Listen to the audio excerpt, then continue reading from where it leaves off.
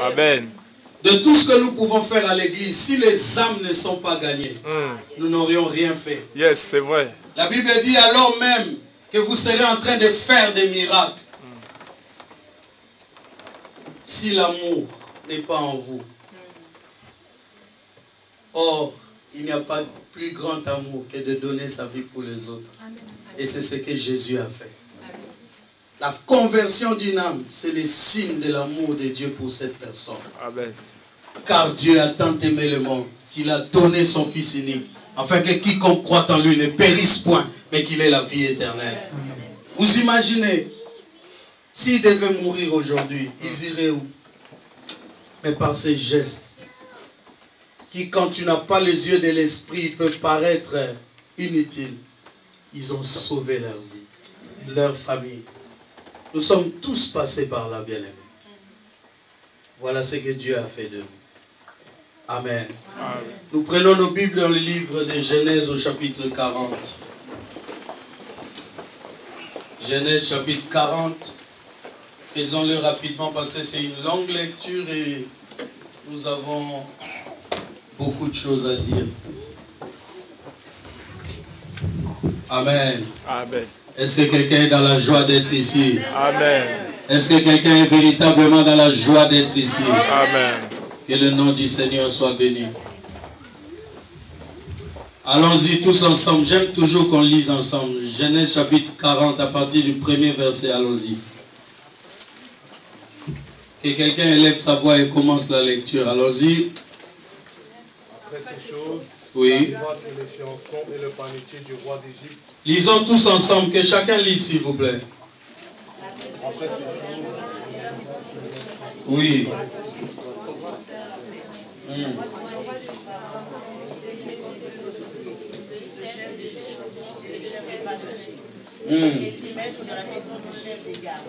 Dans la prison, dans les lieux où Joseph était enfermé. Le chef des gardes les plaça sous la surveillance de Joseph qui faisait le service auprès d'eux. Et ils passèrent un certain temps en prison.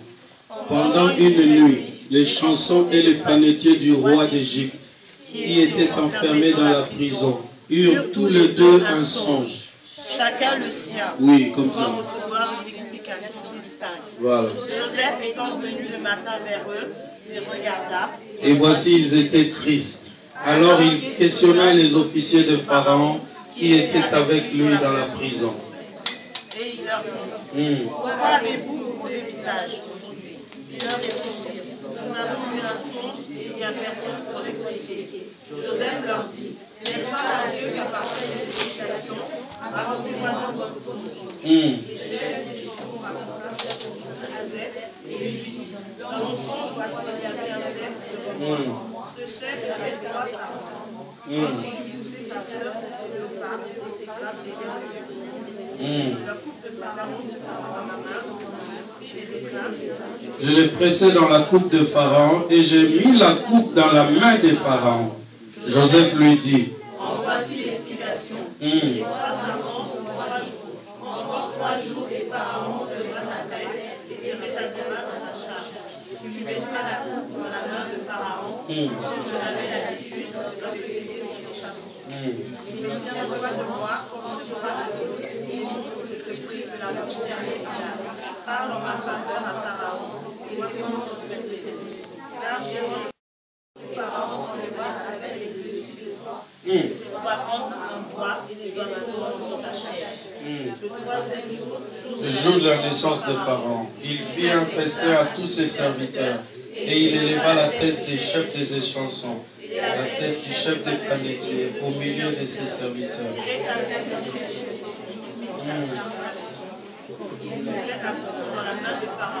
Mais il fit prendre le chef des panetiers selon l'explication que Joseph leur avait donnée. Le chef des chansons ne pensa plus à Joseph, il l'oublia. Amen. Merci pour ce marathon de lecture. Acclame pour toi-même. Amen. Je dis merci à l'homme de Dieu qui m'a encore convié à pouvoir vous parler ce jour. Merci pasteur, merci à son épouse, à son équipe.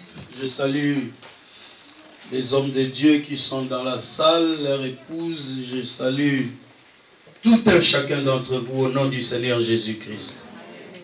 Alléluia.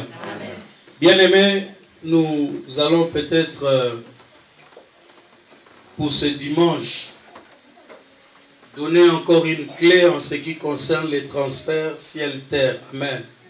Quand nous parlons du transfert ciel-terre, nous nous basons seulement sur cette écriture d'Éphésiens, chapitre 1er, le verset 3, où il est écrit, alléluia, que Dieu nous a bénis de toutes sortes de bénédictions spirituelles dans les lieux célestes. Nous croyons que ce qui est dans les lieux célestes et qui nous est destiné doit nous être donné. Alléluia. Donc, ces choses que Dieu a prévues pour nous doivent quitter le ciel et venir vers nous. C'est cela que nous appelons transfert. Il n'y a rien de compliqué en cela. Amen, amen. Et bien aimé, je suis en train d'essayer de dire à quelqu'un que à chaque fois que tu bénéficieras du transfert ciel-terre, c'est-à-dire de choses qui quittent le ciel, je vous ai dit, il n'y a pas que de choses, il y a aussi des êtres que Dieu envoie. Parce que nous avons vu jeudi que Dieu a envoyé son ange à la prison où était Pierre. Vous comprenez? Donc, tant que tu bénéficieras de ce contact avec le ciel, ta vie sur terre sera une vie d'exception. Vous savez, l'homme est créé à l'image de Dieu. Et par l'intelligence, l'homme peut arriver à beaucoup de choses. Par cette portion que Dieu lui a donnée. Alléluia. Mais les choses, bien-aimés, qui peuvent transformer une vie, les choses qui peuvent l'amener à un autre niveau, ce sont des choses qu'il ne pourra acquérir par l'intelligence. Parce qu'avec ton intelligence, tu auras des choses limitées. Tu auras des choses qui iront jusque peut-être à là où s'arrête ta force. Mais au-delà de ta force, il y a des gens qui sont plus forts que toi. Il y a des gens qui connaissent plus que toi. Alors, si tu veux accéder à un certain niveau, et j'appelle ça le niveau de la manifestation de la gloire de Dieu, il te faut coopérer avec les ciels. Bien-aimés, sur la terre, il y a deux forces. Il y a la force de Dieu et la force du diable. Ne vous y trompez pas. Tous ceux qui excellent dans la vie, soit ils sont avec Dieu, soit ils sont avec Satan. C'est comme ça que dans votre travail, partout où vous allez, à l'école, à l'université, vous allez rencontrer des personnes qui vous diront que pour accéder à un certain niveau, voici le schéma. Mais je vous dis, bien-aimés, il y a la spiritualité positive, mais il y a aussi la spiritualité négative. Si tu te laisses embobiner, si tu te laisses entraîner par la spiritualité négative, sache qu'à la fin de toute chose, tu seras perdu. Mais celui qui s'accroche à Dieu, celui qui espère en l'éternel, c'est celui-là qui aura une bénédiction éternelle. Et j'ai expliqué que la bénédiction de Dieu, telle qu'elle est conçue, tu ne peux même pas la supporter toi-même. C'est comme ça que Dieu, dans sa grâce, quand il bénit quelqu'un, il dit que je suis l'Éternel qui te bénit jusqu'à la 1000e génération après toi. Ça veut dire que la bénédiction de Dieu ne peut pas être consommée dans une vie selon les termes de la Bible qui nous donne l'espérance de vie jusqu'à à peu près 120 ans. Et déjà, vous savez que dans nos pays, l'espérance de vie ne fait que diminuer. Au Congo, maintenant, on parle de 40 ans. Quand quelqu'un dépasse 40 ans au Congo, il a trouvé grâce aux yeux de Dieu. D'après les standards de ce que les hommes prennent pour établir toutes ces choses. Alléluia. Bien-aimé, tant que tu jouiras de cette faveur, de cette grâce, que d'être connecté avec les ciels, tu auras une vie d'exception. Et si tu veux exceller sur la terre, accroche-toi à Dieu. Parce que la bénédiction de Dieu, elle est éternelle. La bénédiction des hommes t'octroie des choses matérielles, des choses limitées, des choses périssables. Alléluia. C'est comme ça que tu verras un occultiste à l'hôpital. Il ne peut rien faire. Ni pour sauver sa vie, ni même pour garantir l'avenir de sa famille. Mais je connais un Dieu. Alléluia. Quelqu'un qui l'a servi a dit un jour, je suis né, j'ai grandi, j'ai vieilli et je n'ai jamais vu le juste être abandonné. Ni sa postérité mendiant du pain. C'est là où la bénédiction de Dieu devient la bénédiction qu'il faut. Alléluia. Tu peux ne rien laisser de matériel à tes enfants. Mais si tu as connu Dieu, si tu as marché avec Dieu, si tu as craint ce Dieu, il n'abandonnera jamais tes enfants. Bien-aimés, vous savez, il y a des gens quand ils meurent doublement parce qu'ils meurent déjà du fait de mourir, mais ils meurent aussi de la douleur de savoir qu'après eux, la progéniture va en pâtir.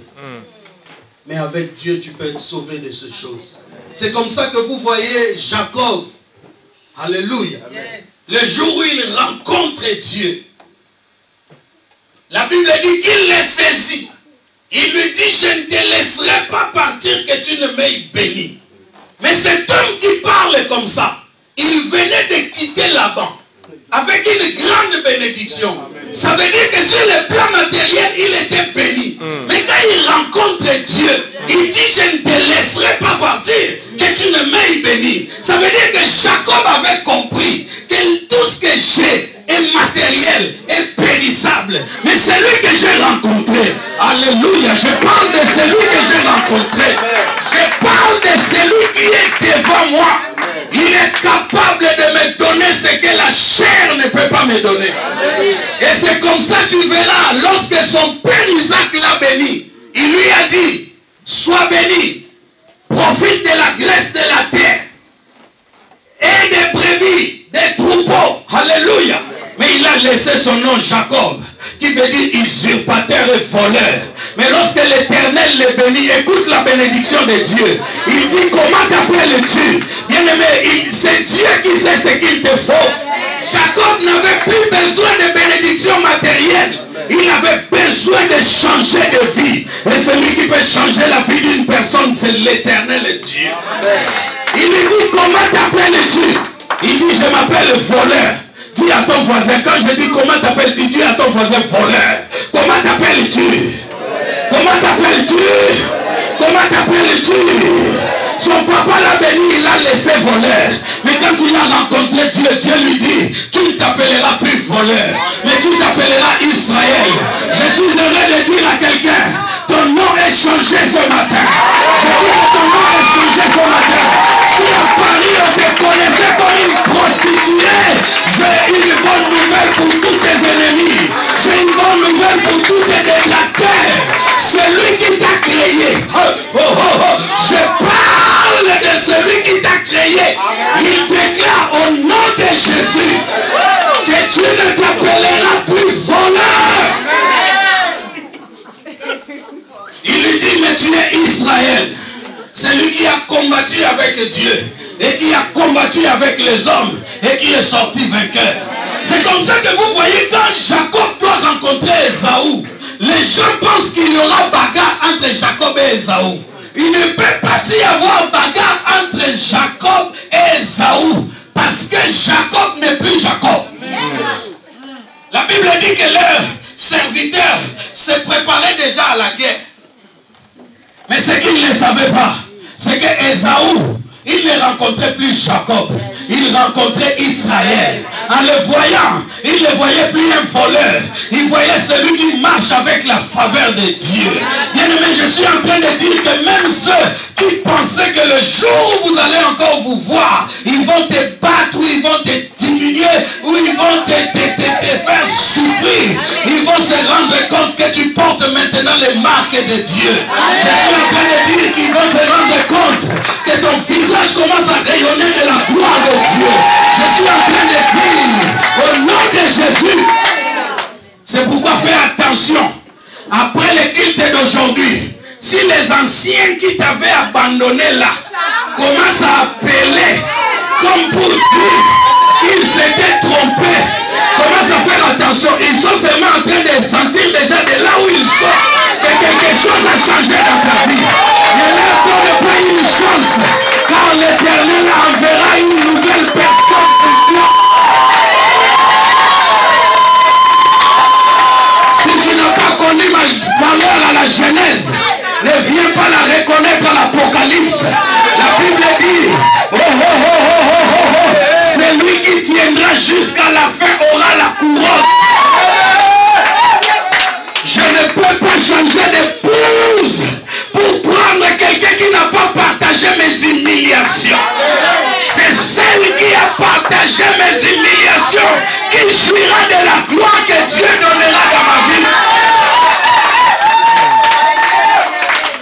Bien-aimé, écoutez, je suis en train de parler du transfert ciel-terre. Et aujourd'hui, je viens te donner une clé pour que le ciel demeure en ta faveur.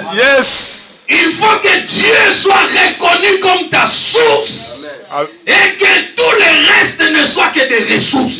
C'est vrai. Si tu gardes ce principe, le ciel te sera toujours ouvert. Amen, amen, amen. Alléluia. Amen. Dans ce texte bien-aimé que vous connaissez, vous avez écouté les hommes de Dieu prêcher sur ce texte.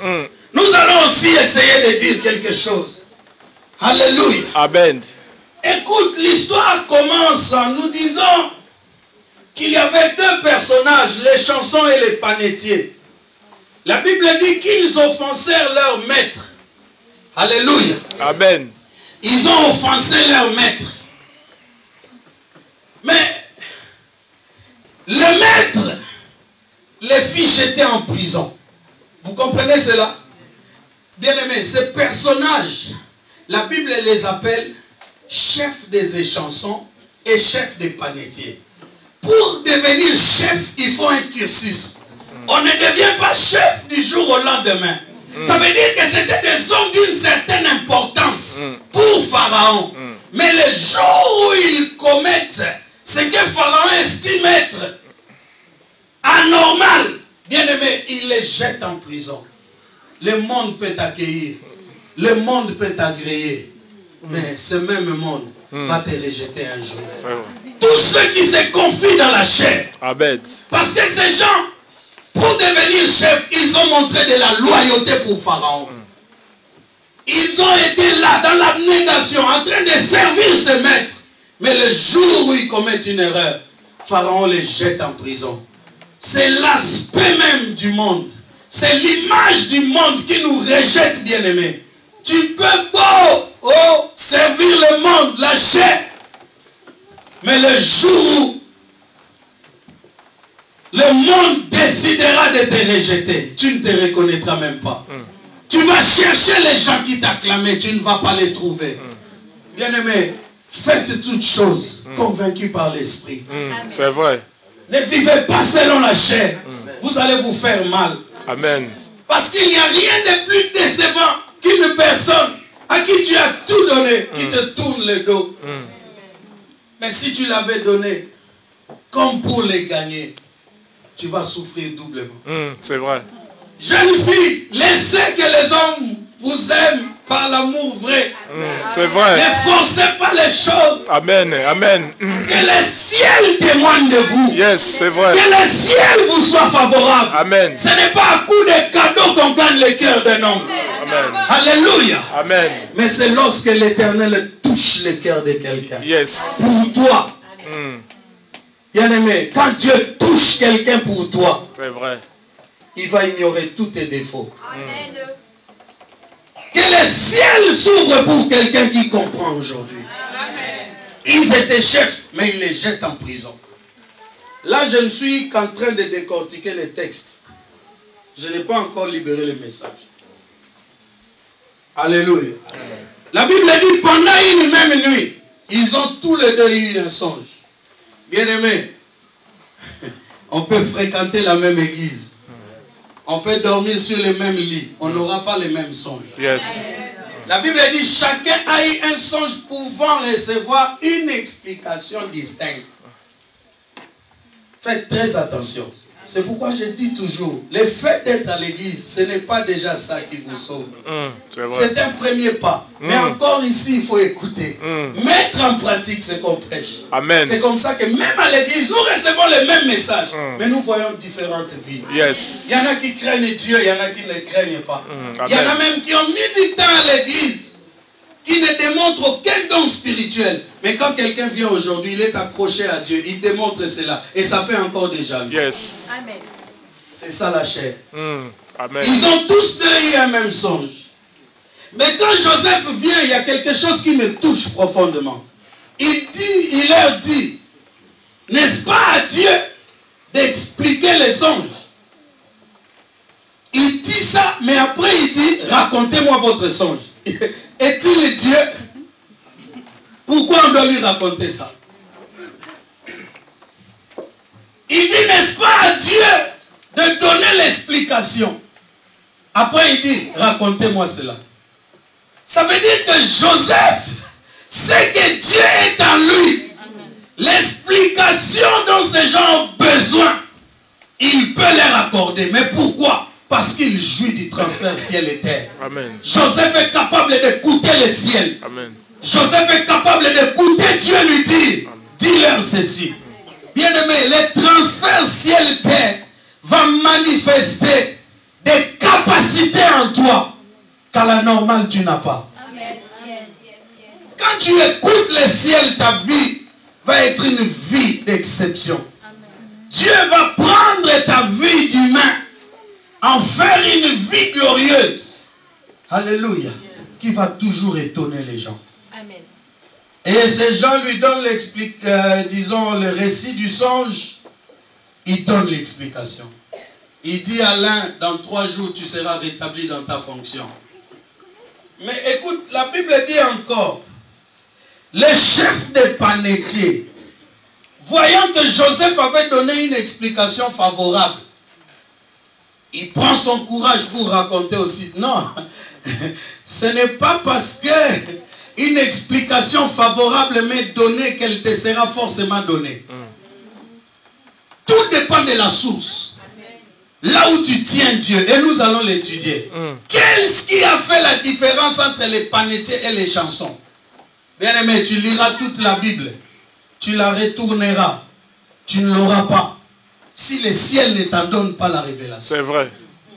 C'est là encore que je dis, sois connecté au ciel, afin que tu aies la révélation de Dieu. Amen. Bien aimé, prêcher la parole, ce n'est pas prendre des récits, les raconter à ta manière, en ajoutant certains artifices.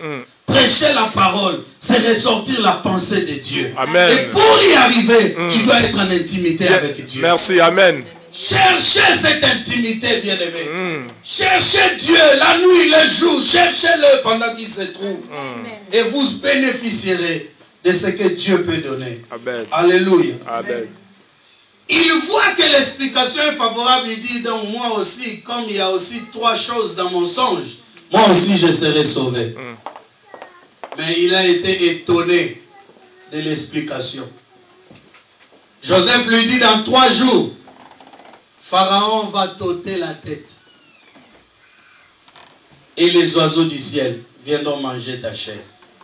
Mais bien aimé, pour comprendre pourquoi le ciel a été favorable à l'un et non à l'autre, il faut aller dans les songes. Est-ce qu'il y a quelqu'un qui me suit? Amen. Je dis, est-ce qu'il y a quelqu'un qui me suit? Amen. Il faut aller dans les songes pour comprendre qu'est-ce qui a fait la différence entre ces 2 personnes. Écoute, le chef des chansons raconta son songe à Joseph et lui dit, dans mon songe, il y avait un cep devant moi. Ce cep avait 3 sarments. Bien aimé, attention quand tes songes ne ressemblent à rien. Alléluia. Amen. Aux images de la divinité que Dieu laisse profiler dans les Écritures. Il dit, dans mon songe, il y avait un cep et il y avait 3 sarments. N'est-il pas écrit, je suis